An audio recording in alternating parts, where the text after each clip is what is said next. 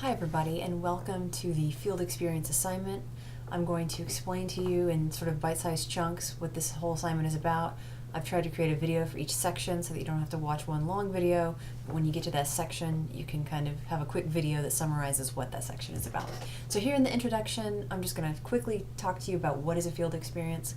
Well, in practitioner-oriented programs such as teacher education, if you're trying to become a teacher, or if you're trying to become a speech-language pathologist, it makes your program better if you have field experiences out in the world, whether you're observing teaching, you're observing people in society interacting, you're in the comprehensive community clinic perhaps watching some speech language therapy taking place. So field experiences allow you to see the work that you plan on doing in the future, and it helps you to start thinking in a really more specific, concrete way about the profession that you have selected.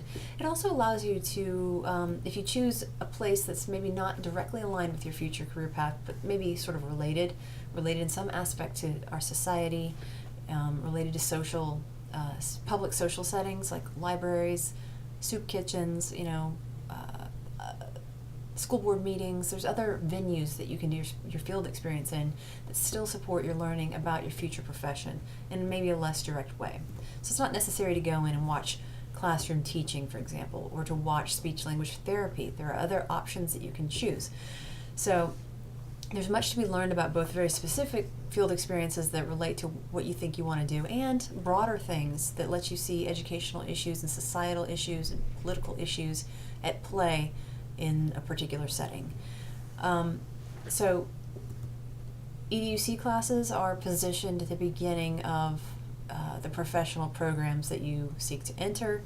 So you're kind of at the beginning of your field experience time. But from this point through the end of graduation, you will probably have a lot of field experiences, and that might not be what they are technically called, but we're talking about experiences that don't happen at West Georgia necessarily, like in the classroom with your professors, but they're somewhere else. It could be on campus, but often off of campus in other places. And so that's what I mean by field experience. So in my class, I give you a lot of leeway on choosing at least 5 of your hours. Starting in spring 2014, I have embedded 5 hours into our coursework. So if you do all of our assignments, especially those assignments in which I've embedded 5 hours of field experience, what I'm calling field experience, then you've already got 5 done if you do your work in my class.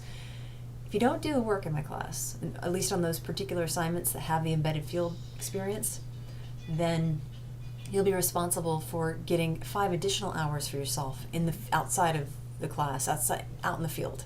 Okay, so hopefully, I think some people are going to skip the things that I've put the field experience into, and you're going to have to do more field hours on your own.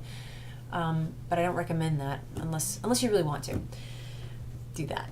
Okay, so I embed 5 hours because those hours are related specifically to topics in the course.